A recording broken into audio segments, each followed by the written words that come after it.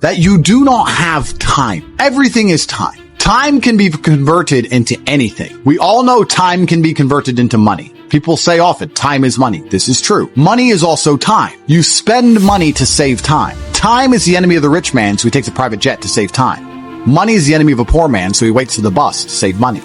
But they're the same thing, money and time. So when I say you don't have time, this is something you need to remember because it's extremely important and you can apply it to most things. You do not have time to have a headache. Do you understand? I'm not saying you don't have a headache. I'm not saying your head doesn't hurt. But you don't have time for it to affect your life. You do not have the waking hours. You are being outcompeted and crushed by people who are more powerful and more connected than you'll possibly ever be. By people who know things you do not know. You do not have time to have a headache. It's simply not acceptable. How do you perform when you have headaches is a stupid question. The fact you've even framed it in that way shows that you don't understand the world. I'll give you another example. You don't have time to argue with your woman. Your woman started an argument today or yesterday, whenever, and you've been texting back and forth. You don't have time. You have things to do.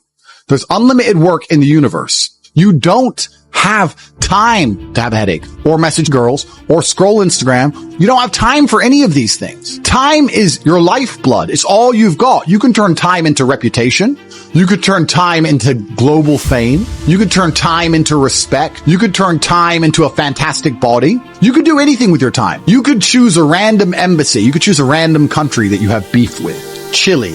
And you could go stand outside the Chilean embassy with a sign saying, "Down with Chile." For no reason. But if you stood there every single day, after about 2 years, people would be like, who is this guy? And why does he hate Chile so much? You can turn your time into anything you want. So how are you going to waste it sitting around saying, I have a headache? Boo boo, I have a headache. But the question is framed incorrectly. If I have a headache, I don't care. And one of the main reasons I don't care is because my enemy doesn't care. You know, when I got injured, when I was training for fights, my coach would often say to me, is your enemy going to hit you less or show you mercy because of this injury?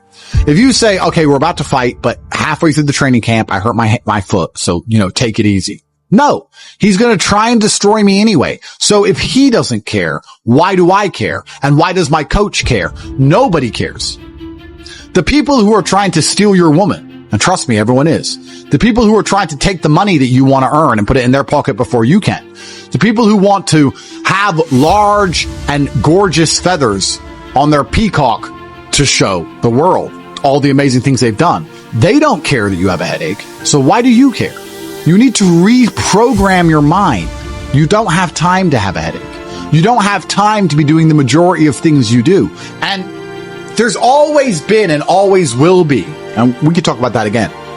We were talking earlier about competence, right? Do you think a woman sees you as competent if you complain about having a headache? Let's say you have a headache. It's fine. You have a headache. I'm not disputing that. Maybe it really hurts. That's terrible. If you go, oh, I've got such a bad headache. Do you think a woman looks at you and goes, yes.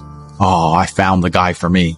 She may not say anything. She may say, oh, do you want a pill? But really deep down, this guy's a dickhead. I mean, if you got hit in the head with a hammer or shot in the face, fine. But why do you have a headache? From what? Scrolling TikTok. A lot of you deserve the failure you endure. The universe is very giving.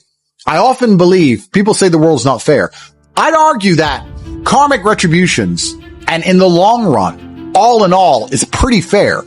Karmic retributions are real. In the end, God gives you exactly what you deserve. So if you're not happy with your life, you have to ask yourself, do you really deserve more?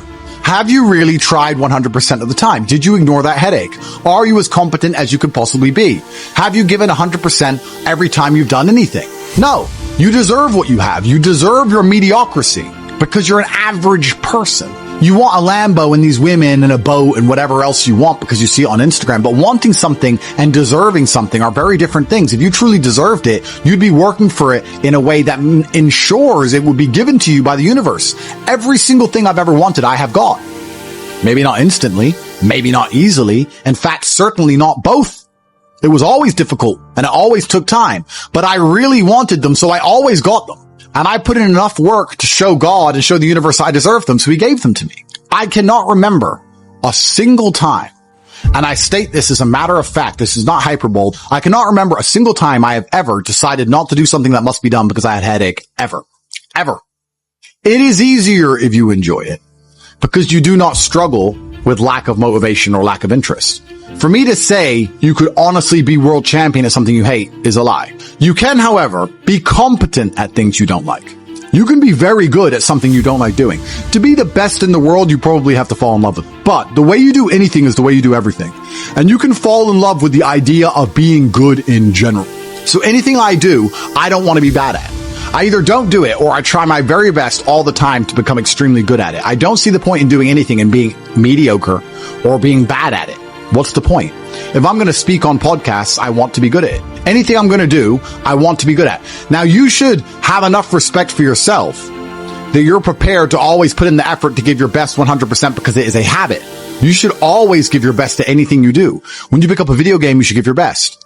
When you drive a car, you should attempt to drive as efficiently as possible, using the brake as little as possible to not waste fuel, to make sure there's no close calls, no sudden braking.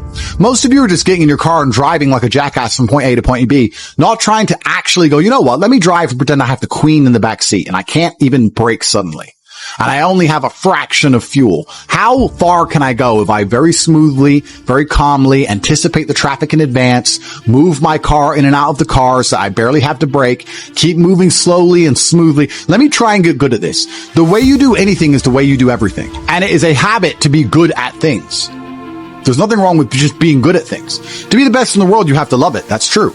But you're not going to love the majority of things you do. That's not realistic. The world's not going to afford you a life where everything you do you're in love with. In fact, you're going to end up doing a whole bunch of things you don't want to do. And the life hack is, if you enjoy getting better at things, then you can be doing something you don't want to do better than you previously done it. And now you enjoy doing it because you were more competent and more capable at said task. You are now better at said task. Every single thing I approach with vigor because I like being good at things. And that's not because I'm arrogant. That's because I have enough respect for myself. And more importantly, I have enough respect for the people I love to know that I need to be good at things.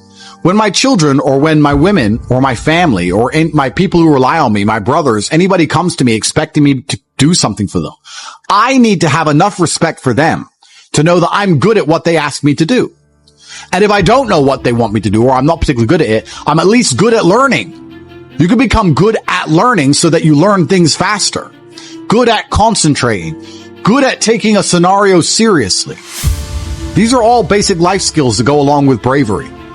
That's going to put you in a competitive bracket amongst the masculine realm which exists today, because most people can't even focus. Most people can't even focus or try hard at anything. So to answer the question, can you become world champion without loving boxing? No, you can't become the best in the world. However, you can become very good at it because you can have enough discipline to ensure that you go to training, and you can make sure that you're the kind of person who, if you're going to go to training, you're going to try your best. Guys, you're going to go to training for an hour. Whether you try hard or don't try hard, you're going to spend an hour in the boxing gym. There is no reason to not try. That is a learned habit.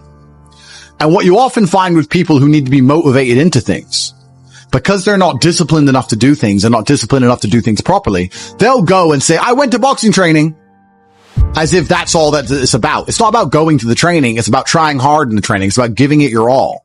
It's about dedicating yourself. You're going to give an hour up anyway. There's no reason to not try. Most people go through their entire adult life without trying 100% hardly ever. Think about it. Even when you go to the gym, you don't try 100%. You try 60%, 70%. You don't try 100% at home. What do you try 100% with? Do you really try 100% with work?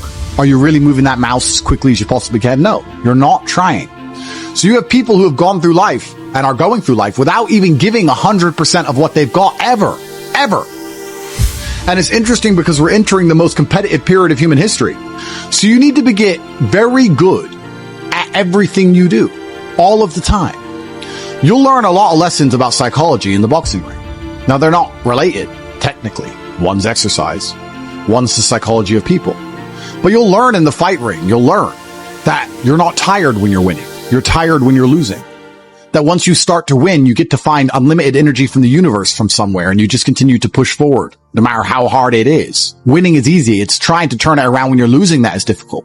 You take this lesson from boxing and you apply it to everything else in life. You apply it to money and say, once I start to make money, I know I will have endless motivation to keep making money. It's just hard to make money in the first place. It's hard to get over that hurdle, but once I get going, it's easy. It's a positive reinforcement loop.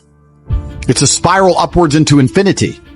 It's a tornado that takes you to the promised land. So to have that unique psychological conclusion, that unique psychological input, you had to become good at boxing. So it's very important that you're good at everything you do all of the time. Don't do it if you're not going to try.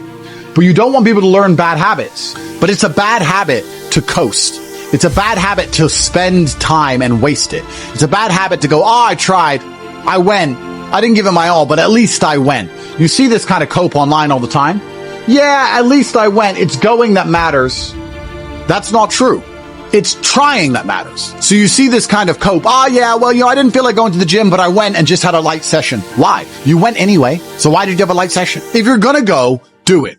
If you're going to do it right. There's no point in half doing anything. You may as well have not done it at all. So this idea you can coast through things